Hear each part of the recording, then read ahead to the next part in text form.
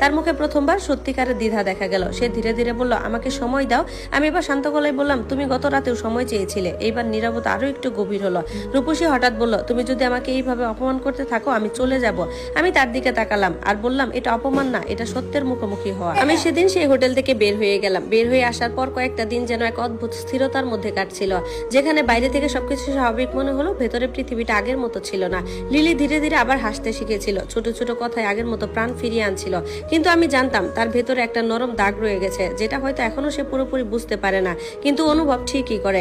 ইয়াসিন প্রতিদিন কল করছিল, আমি ধরতাম, কখনো ধরতাম না। তার কণ্ঠে এখন আর আগের মতো রাগ নেই, তাড়াহুড়ো নেই, বরং একটা ভাঙা মানুষের মতো টানাপোড়েন আছে, যে বুঝতে শিখেছে সে কি হারাতে বসেছিল। সে বারবার বলতো, আমি সব ঠিক করতে চাই, আমি তোমাদের আগের জায়গায় ফিরিয়ে আনতে চাই। কিন্তু আমি জানতাম আগের জায়গায় ফেরা সবসময় সম্ভব হয় না, কারণ কিছু ঘটনা সম্পর্ককে ভাঙে না, শুধু সেটাকে নতুন করে তৈরি হওয়ার জন্য আলাদা করে দেয়। একদিন বিকেলে ইয়াসিন নিজে আমাদের সাথে দেখা করতে আসে।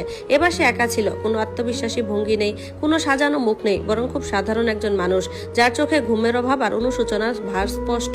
সে আমাদের সামনে বসে ধীরে ধীরে বলল, আমি রূপসীর সাথে আর নেই, আমাদের সম্পর্কটা শেষ হয়ে গেছে। এই কথাটা আমি আগে থেকে আন্দাজ করেছিলাম, কিন্তু শুনে কোনো উচ্ছ্বাস হলো না, বরং একটা নীরব ক্লান্তি এলো। সে আবার বলল, আমি বুঝেছি আমি কোথায় ভুল করেছি। আমি তোমাদের দুজনকে আলাদা করে দেখেছি, আর সেটাই সবচেয়ে বড় ভুল ছিল। সেদিন যদি আমি রূপসীর সেই অন্যায়কে প্রশ্রয় না দিতাম, তাহলে আমার জীবনে এই ঘটনা ঘটতো না। লিলি পাশের সোফায় বসেছিল, সে কিছু বলল না, শুধু তার মামার দিকে তাকিয়েছিল। আমি ধীরে ধীরে বললাম, ভুল বুঝতে পারা এক জিনিস, আর ভুল ঠিক করা আর এক জিনিস। ইয়াসিন মাথা নিচু করে ফেলল।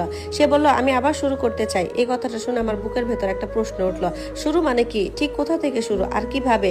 আমি কিছুক্ষণ চুপ করে থাকলাম, তারপর বললাম, তুমি শুরু করতে পারো ঠিক, কিন্তু আগের মতো করে না। সে আমার দিকে তাকালো। আমি বললাম, কারণ লিলি এখন আগের মতো না। এই কথাটা শোনার পর সে লিলির দিকে তাকালো। লিলি একটু সরে গেল, যেন সে বুঝে গেছে কিছু পরিবর্তন হয়ে গেছে, যা সে চাইলেও আগের মতো করতে পারবে না। সেদিন আমাদের ছেড়ে ইয়াসিন চলে গিয়েছিল। আমি বুঝে গিয়েছিলাম কিছু গল্প শেষ হয় না, শুধু রূপ বদলায়, আর কিছু সম্পর্ক ভেঙে আবার নতুন ভাবে দাঁড়ায়, কিন্তু আগে ছাঁচে আর ফিরে যায় না।